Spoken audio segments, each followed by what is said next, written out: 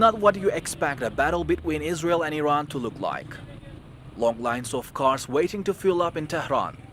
But according to two US defense officials, this was an Israeli cyber attack on Iran's nationwide fuel distribution system, and it almost collapsed the country's 4,300 petrol stations. 4 days later, an Israeli dating site and a medical institute were hacked. Israeli officials accused the Iranian government or their affiliates of being behind the breach. And on the first Monday of the new year, the Israeli newspaper The Jerusalem Post was also hit by pro-Iranian hackers. Security experts say cyber attacks between the two countries are becoming more frequent than conventional attacks. We saw in recent years, at least claims of mutual cyber attacks between Israel and Iran, that both countries try to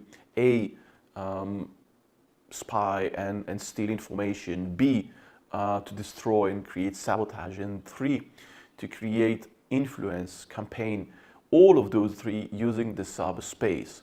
One of the unique features of the cyberspace is that since those attacks fly under the radar. But these digital dangers extend beyond regional borders. In 2020, the World Economic Forum rated cyber attacks the 5th biggest risk in the world.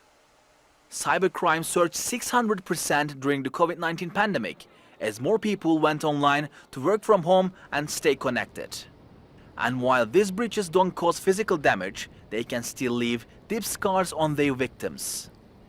In 2015, researchers at Haifa University ran an experiment and found that cyber attacks had a negative effect on persons' psychology. They concluded victims of cyber attacks experienced an increase in both physiological and psychological stress. Another study by the same group of researchers found cyber victims also experienced high levels of fear and anxiety. Targeted individuals can suffer feelings of helplessness and powerlessness long after the incident.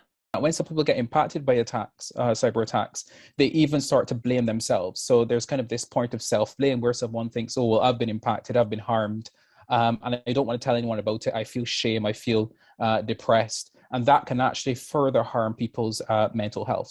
Cyber attacks on civilian targets represents a new phase in the Israel-Iran conflict. But it's shown that clicking on a computer can cause pain just like pulling a trigger.